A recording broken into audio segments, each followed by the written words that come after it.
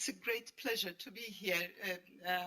You know, when this morning started as if there were some powers out there that did not want me to get here. First of all, I had to wait for the taxi that my publisher had asked to come sharp at 11 o'clock. I kept calling them and telling them the cab is not here.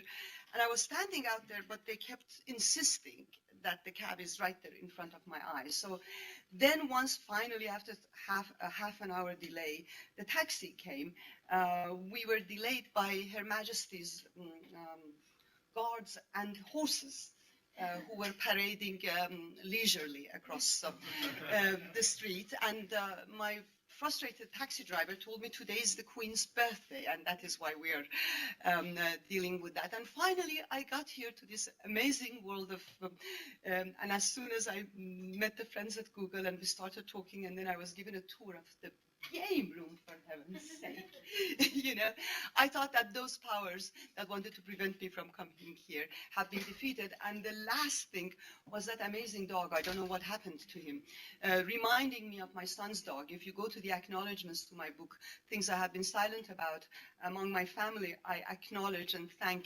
Bryce Nafisi Naderi for hours of wonderful companionship, and that is my grandson, my son's dog. So I feel completely at home here now. And thank you so much for inviting me. You know, I feel in a place, my profession is a read. I'm by profession a reader and a writer. And so I sort of think that I should feel quite at home in a place like this, because the whole purpose of reading and writing, in fact, is the most amazing thing about it is the connections we make. You know, in a space like this, you come and you make connections with strangers that suddenly, all of a sudden, they become intimate strangers. Your books become like your children.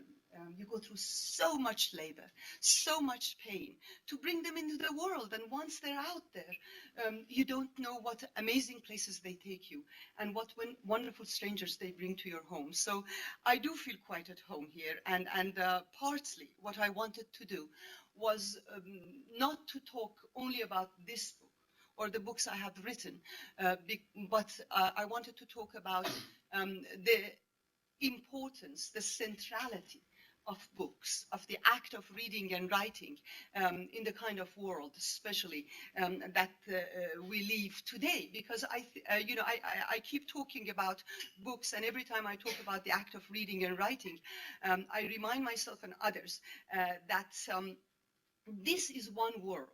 This is one amazing world where your passport, your identity card, your point of entry into this world is not based on your nationality, ethnicity, religion, gender, race, or class. In this Republic of Imagination, anyone who has the passion and the dream is welcome, because essentially it is based, I mean, the whole idea of reading and writing is based on the idea of curiosity. You know, I always quote to my students what Nabokov used to tell his. He used to say that curiosity is insubordination in its purest form. I mean, you want to be genuinely insubordinate. It's not enough to organize marches and protests and self-righteously, go and criticize the government. That is also a part of being subversive, to make yourself known and to make your demands known and to keep the governments and politicians accountable. A rather impossible job, but we can do our best. But the whole idea of subversiveness is not just questioning the world, it is questioning the self. And the only way we can genuinely question the self, it would be through thought and through imagination, through a subversive world that, like the caterpillar in Alice in Wonderland. You remember that wonderful caterpillar where Alice jumps into that world following the white rabbit. Every time she comes upon a creature that she doesn't understand, or she thinks that, how could a caterpillar talk? So how could a rabbit wear a waistcoat? And as soon as she says, "Who are you?" the question is thrown back to her. who are you? You know, the whole idea of reading is based on the idea of, you know, going into a book is like jumping into a wonderland, jumping into that hole, which will not affirm your prejudices, your presuppositions, which will not tell you what you expected to know. It's the unexpectedness of it all. It is the fact that you are going to be questioned, and the fact that you become a stranger even to yourself. One of the most important things for me in the act of writing, even writing a book like Things I Have Been Silent About, which is a very personal memoir, but the idea behind it was not to talk about things that I already knew, but to discover things about myself and the world that I did not know. So I think that writing, I think that any genuine and serious act of imagination is always about the other. And I also believe that this other, this seeing yourself as other, and constantly giving in to being interpreted and questioned as others is very important, especially in the kind of world that we live in today, because it has become, this world has become both small and you know, global. It is both small and large at the same time, but it has also become so polarized and so politicized that sometimes we forget that politics should be at the service of life and not the other way around. For example, if someone like me who was born in Iran and born into a Muslim family, if I come and talk to you, whenever I say Iran, what is the image that first comes to your mind? Definitely not the image of a bunch of girls sitting in a room that overlooks the mountains, eating cream puffs and talking about Lolita. That is not an image, nor the image of those amazing young men and women in that country who just by walking down the streets of Tehran every day question and subvert the authority just by letting a little bit of their hair out or wearing their weapons of mass destruction, which is, you know, their lipstick, holding hands, listening to music. All of this, none of this comes to your mind. Most probably, the mention of a country called Iran, the first image that will come to your mind would be the image of our wonderful president, Mr. Ahmadinejad, who usually has a smirk on his face as if he has just broken the neighbor's window and gotten away with it, you know. And again, all through yesterday and today, Mr. Ahmadinejad, what about 70 million people? You talk about Iraq, what comes to your mind? Terrorism, bombs, Saddam, the foreign invaders. But there is another Iraq. There is another Iraq that goes back to thousands of years ago. A country that was once called Mesopotamia. A country that at one point was the cradle of civilization. A country that gave to us so many of our philosophers and poets. A country that in its own time, like this virtual world that you have created here, had so many civilizations, you know, living side by side. But Iran, Iraq, China, United States, British Isles, or Great Britain, or UK, for heaven's sake, you know, how many names can you have? You know, all of these are mainly now reduced to just, you know, a matter of politics. And that is why I think that in our world today, we need the voices of imagination. Rather than going to the politicians only, we need the alternative eye. We need the third eye of imagination that leads us to culture, that leads us to traditions, that leads us to histories that have now been confiscated. And I think that it is only through reading a book that you can recapture and regain that democracy of voices and democracy of images, which puts a stop to all this stereotyping and to creating a culture of essentially segregation under the name of, you know, multiculturalism. Because multiculturalism is a celebration of difference. But at the same time that we celebrate difference, at the same time that we are curious about others, at that same time, if we don't have empathy, and it is only through stories, history, novel, memoirs, poetry, music, philosophy, that we find that common space where, as the bard said, the question he put to us was, if you prick us, do we not bleed? Because in that common space, we are all the same. We share the same things. How could we empathize with a woman who has been bombed out of her, everything that she called life and home, be it in Iraq or in Palestine or in Darfur or in Tehran, or a woman who, not because of a war or a revolution or an invasion, who lived in one of the most poetic cities in a country called United States, in New Orleans, who wakes up one morning and has lost everything that she had. How could we empathize with these women? How could we understand them? How could we protest about their rights if we cannot empathize with them? If we cannot, as the narrator in To Kill a Mockingbird said, put ourselves in somebody else's shoes and walk around in them for a little bit. So it is that essential empathy that the world today needs. And that empathy can be best transferred to us through listening, telling, and reading to other people's stories, and of course telling our own stories. And it is through that empathy that we have the shock of recognition, the fact that we all share a common ground, the fact that torture is torture, whether it is in Abu Ghraib or in Tehran or in Sudan or in Afghanistan. That human rights is universal because torture is torture. It doesn't matter where you live, people bleed. And so at some points, the world of imagination and the world of human rights sort of coincide with one another. And we need to defend others in order to defend ourselves.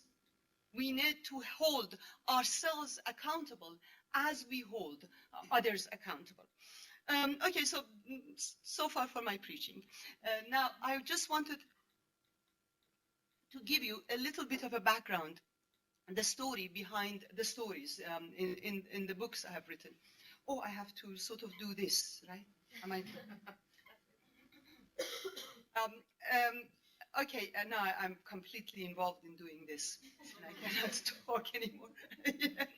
But very, very briefly, when the title for my new book, Things I Have Been Silent About, comes out of actually my diaries. My family and I are avid diary writers. I think that is how we take our revenge on the world and ourselves. When I was living in the Islamic Republic of Iran, the first book that I wrote was a book on Vladimir Nabokov. And I wanted to not pontificate only as a literary critic. I love to read other people's pontifications, but, I wanted to do something new. What I'm basically interested in is those intersections between fiction and reality, and the intersections between the personal and the public. So I wanted to write not just about Nabokov and his works, but I wanted to write about different realities under which I lived whenever I read his novels, and how those realities changed my interpretation of his books, and how his books changed my perception of reality. But I could not do that when living in the Islamic Republic of Iran. Part of it was political. I could not talk about the cousin who was executed, about the student who had disappeared. And one of the silences that I talk about again in Things I Have Been Silent About is that silence of those who not only impose themselves upon others and force others to deny their own individual and political and social and cultural identity, who impose a sort of a uniform image on a whole people, but also the silences of those who become witnesses and who do not talk. Because silence always makes you complicit.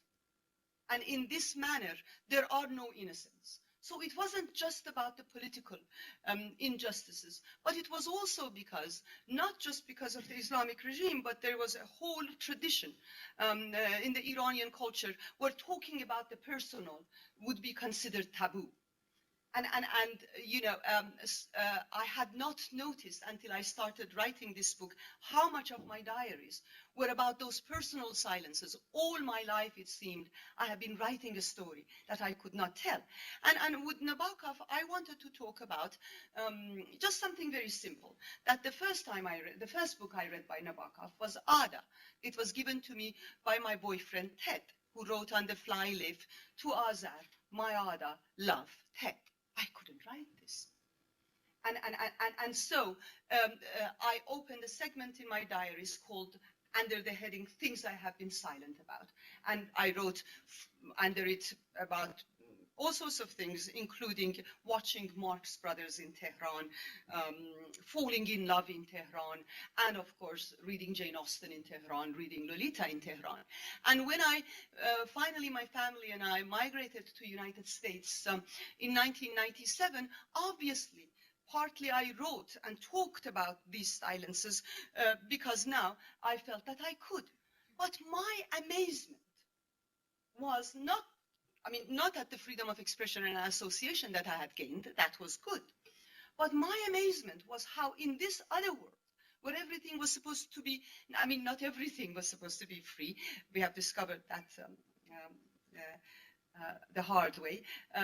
Not everything is free, but expression and association is supposed to be free. I noticed that that confiscated image about which I complained in the Islamic Republic was now imposed on the image of not just people coming from Iran, but that a whole part of the world, where billions of, at least over 1 billion people who called themselves Muslim lived, had now been reduced to one component, namely the Muslim world, namely religion, and that religion, which can be interpreted and perceived and practiced in so many different ways.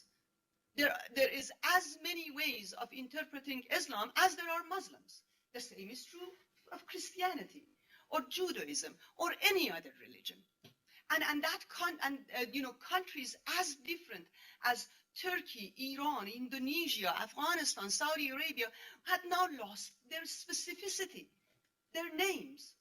And that religion was now only reduced to one component, which was extremism.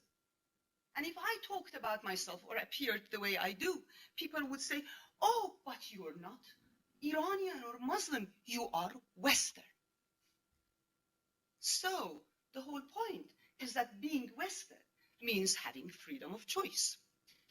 Being Western means that Western women like the right to life, liberty, and pursuit of happiness. Do Afghani women not like that? Is there one woman in the world that does not want to have free choice in regards to her religion? My grandmother was an Orthodox Muslim. In my book, new book, you can see a picture of her. She never took her veil off. My mother, who considered herself a Muslim, there's a picture of her going to Mecca, to pilgrimage, never wore the veil.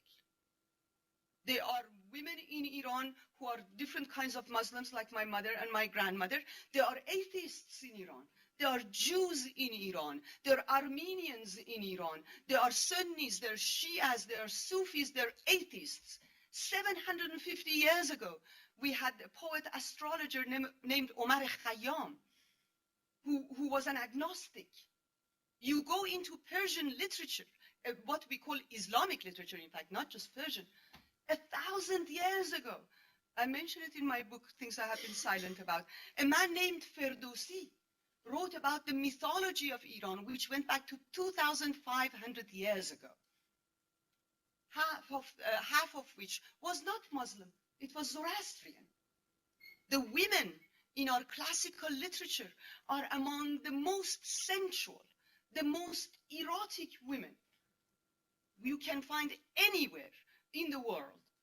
In Syria, In the Arab world, you have sensuality you will never dream of in Western literature, in a poet like Nazar Qabbani. I mean, I do not have to look to the West in order to want to be free. I look to the women in our epic poet Shahnameh, women like Rudabe, women like Tahmine, who fall in love with a man, and against the wishes of their family and their norms, they not only choose to marry him, but they make love to him before they marry him. So people like me do not have to be Western. I did not need to read Emily Dickinson or Jane Austen or Emily Bronte to learn that. But the fact about these things is that my father, who told me, I mention it in this book, who taught me about literature, he used to say that our country is so ancient and it has been invaded and conquered so many, many times. But the fact is, what gives us identity as Iranians is not any, dynasty or government or state. What gives us identity is our poetry. A poetry that had existed for 1,000 years. As Nabokov would say, governments come and go. Only the trace of genius remains. That is what Iranians celebrate. That is what Iran should be known by Hafiz and Khayyam and Ferdowsi, but that's not all. I come here to the West. I am told, you're a woman. You come from the Muslim world. You have a bright future. Go to women's studies or Muslim studies. You will be fine. I said, you go to women's studies and Muslim studies. I'm going to talk about dead white males. Because the whole idea, I'm going to say it here because then I want everyone who accuses me of all sorts of things because I write about teaching Lolita in Tehran. No, that is the whole idea of literature. The idea of literature is to talk about the other. The only way we can gain complete equality is that a man called Dick Davis, an Englishman who teaches at Ohio State, falls in love with classical Persian poetry and translates some of the best poetry that we would know of into English. And girls who lived and were born in the Islamic Republic, who have never seen, quote unquote, the West, can read Lolita and Saul Bellow and Jane Austen in the original and can talk about it much better than some of their American or English or French peers. That is how you gain equality. That is how we in Iran connected to the world that was taken away from us by the best that that world had to offer to us. My father taught me that in the land of literature, there are no boundaries, that you are born in Iran and you appreciate Ferdowsi, but alongside of Ferdowsi and 1001 Nights, he will tell me stories from Pinocchio.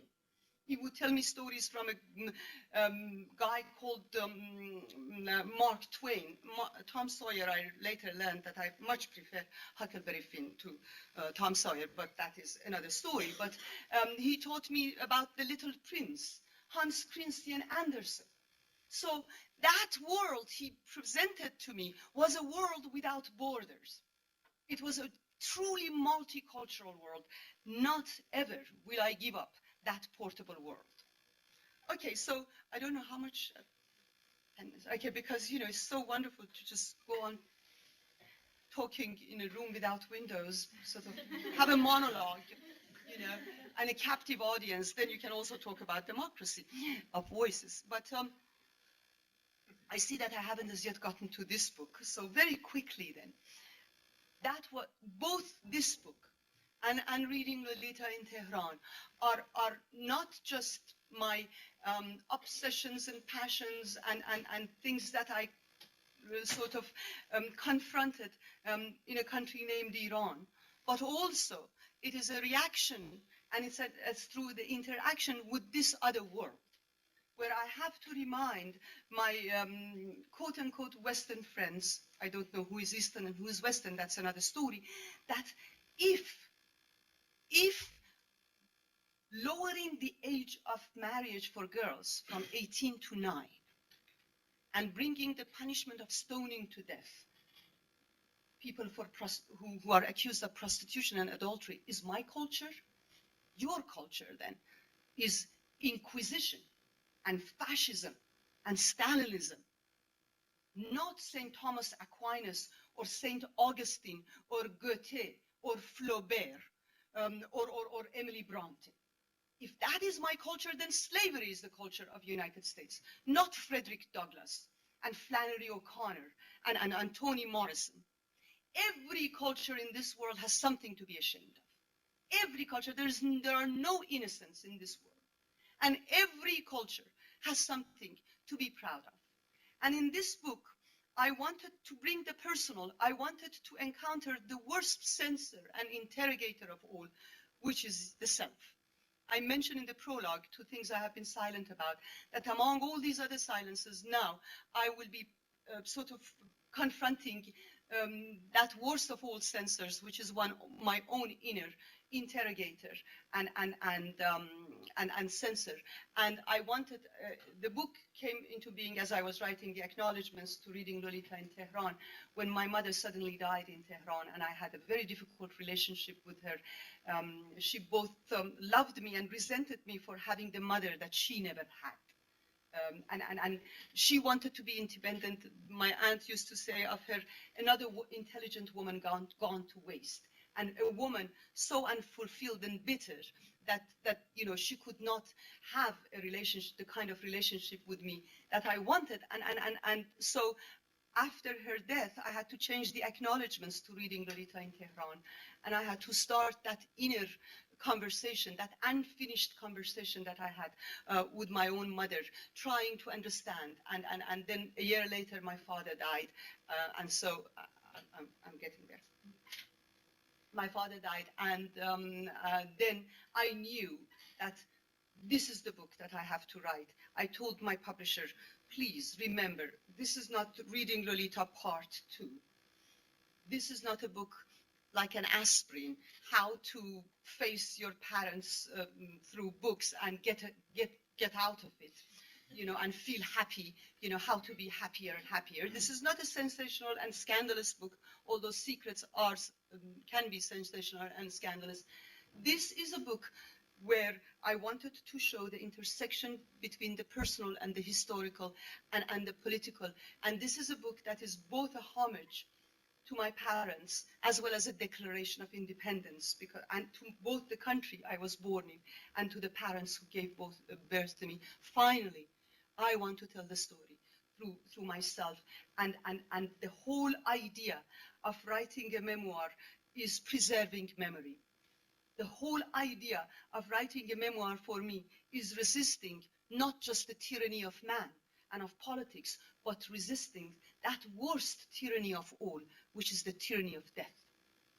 That it is only through speaking and telling of the story that we resist life that is so fickle and that is constantly getting away from us and dying. And it's a celebration of the extraordinary in the ordinary, so-called ordinary lives that we live.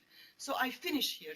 I would like to take 3 minutes to talk about the future, the world we live in now, and the country that I have learned to love, United States, where I now reside, and I became a citizen of the United States finally in December 2008. It is a world in crisis, and I want to end with that and put a question to you before you put a question to me.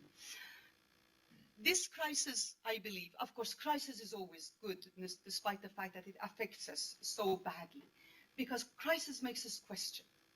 And we are paying a heavy price.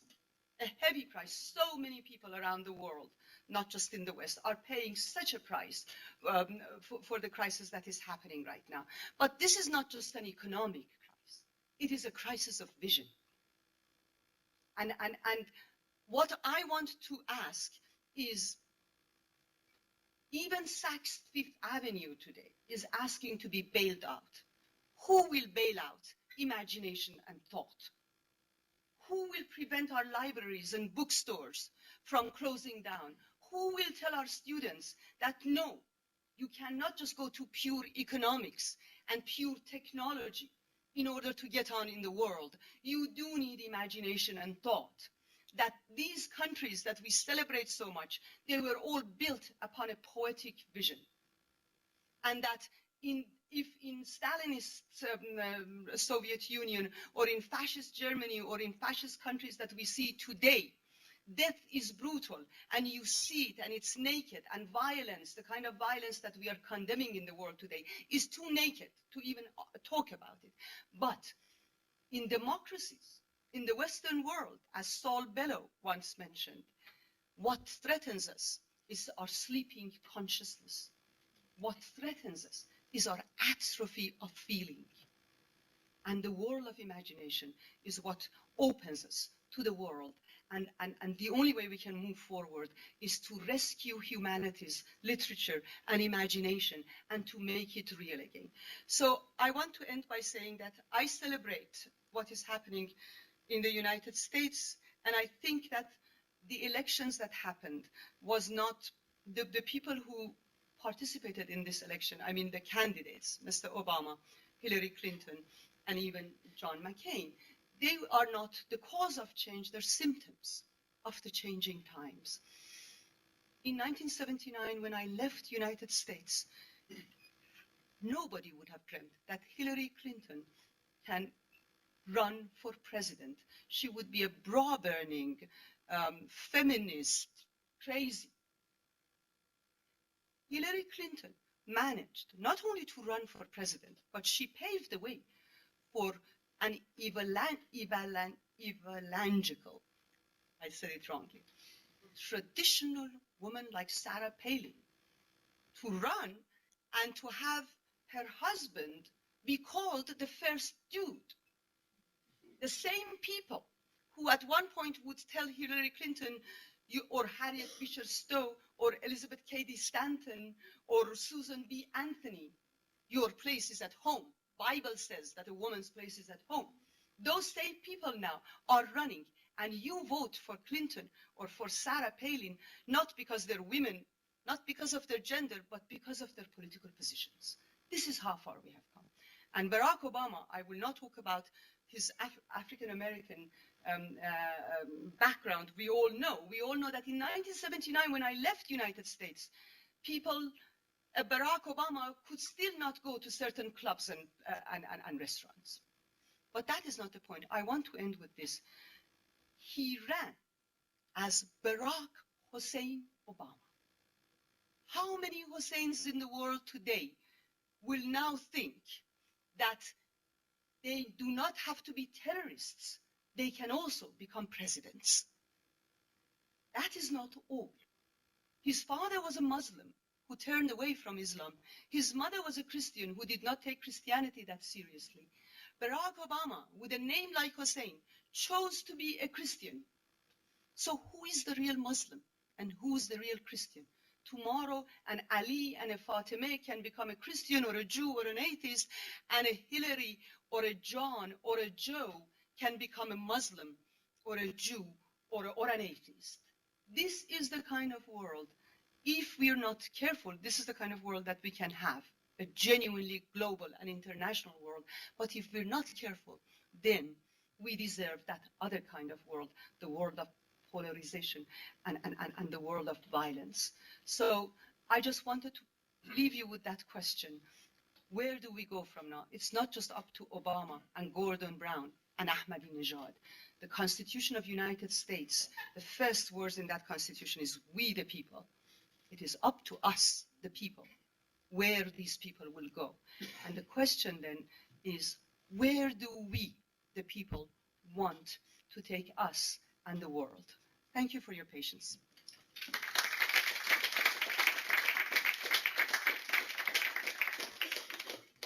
Oh, do I do this again? Do we have any questions in the audience?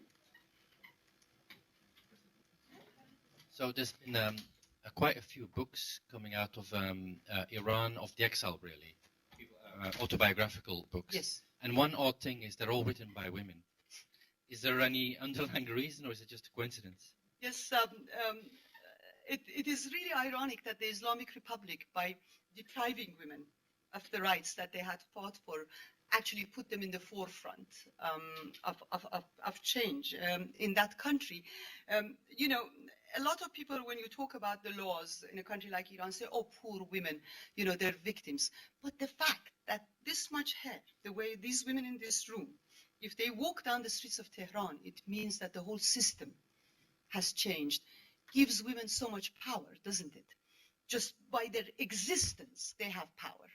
And I think because women have become such object of attention, and there has been this attempt to make them absent, they're becoming more visible, and they have stories to tell, because that is the way you retrieve your identity. You're right, both abroad and from inside Iran, stories are becoming more personal, more individual, and more written more and more by women. So.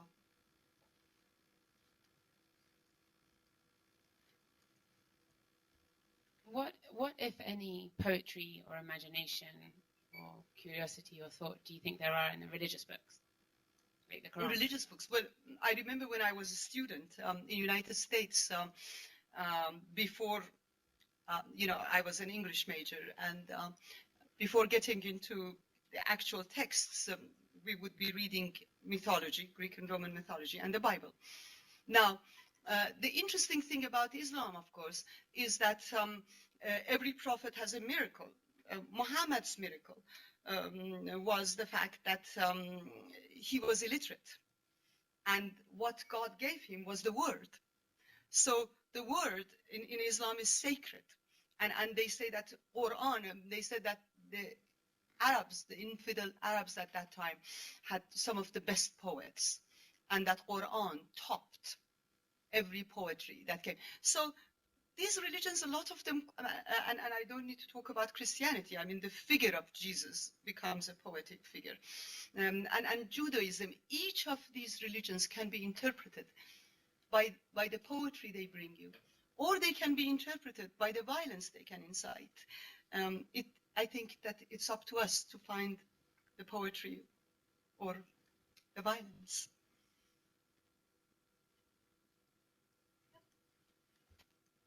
So I got another question for you. Like, I'm not Muslim, and my understanding is a bit limited, but how can you, on the one hand, be a Muslim and on the other hand appreciate books like Nabokov, which are deeply subversive? Of course, you know, first of all, being Muslim or Christian or Jewish. Or Christian for that matter, absolutely. Or for Christian, of course, I'm not talking about what I am, because I get so, I rather resent that they won't ask other writers, what is your religion? But they will ask me, you know. And so I refuse to say what I believe in. But I think that poetry is human. Literature is human, and the only law that governs, the only thing sacred in literature is the permission to be profane. I think that if you look at even the prophets, each of them in their own time were rebels. One was crucified, another was thrown. I mean, you know, each of them had to become strangers in their own land. You know, it is later when we calcify religion, when we turn it into an orthodoxy in order to rule and to gain power over others, that religion is deprived of its poetry. So I think to be poetic is to be human, unless we say someone who is religious is not human, I don't think we can say that they cannot read Nabokov. My God, Lolita. My father used to say the fact that we have Shakespeare or Dante or Ferdowsi means that there must be a God, because they're each miraculous. Any more questions? We've talked about a lot how there's a lot of female authors coming out of the Middle East right now, and there are really. Are those books readily available in Iran, for example? And if so, is the sentiment changing towards speaking more about your personal life or other women's personal lives and sharing, or is it still quite limited? You mean the books that are coming out of Middle East, are they available in Iran? Or in the, well, and unfortunately, a lot of them are not. Some writers have been fighting for the right to speak, and they have been successful. Like one of the best known will be Al-Aswani, the Egyptian writer who wrote the Jacobean Building and Chicago. Others have not been as lucky. In Iran, it's very arbitrary. When I was there, for example, 1001 Nights came out, and then it was banned. As recently as about a year or something ago, actually I wrote for The Guardian, it came out that Iranian government had just banned The Girl with Pearl Earrings and Dan Brown's Da Vinci Code. It's very arbitrary, and then all of a sudden something comes out that is, far more subversive than any of these novels, and it's allowed to come out. I think systems like that, their danger is not that they're not even accountable to their own laws. And that change makes you not know where you ever stand. But that is why I guess the internet can become important. Because with my own book, I am told that a lot of people download it from the internet, apart from Xeroxing it when journalists or other people go there. And so internet has become a sort of a transcendental way of, communication, as well as a dangerous one, if I might say. If we turn all reality into virtual reality, if we make bookstores vanish, and we lose our sense of community, the sense of going to a store, the sense of touch, the sense of communicating with someone who sells you clothes or sells you a book, that is a very dangerous trend as well. I didn't want to just come out in praise,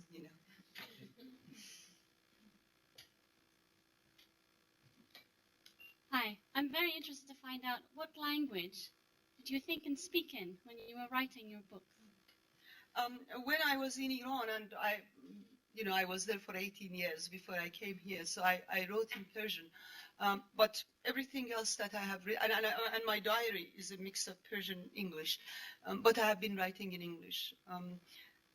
It's a very playful language, and it is in fact wonderful to write in another language, because you're constantly looking at that language through another's eye, and you can expand it and play with it, and even make mistakes, which then can become themselves interesting in terms of the writing.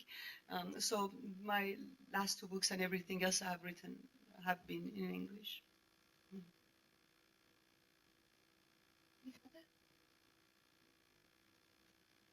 Okay, I'd like to say thank you very much, Professor Nafisi. Thank you very much.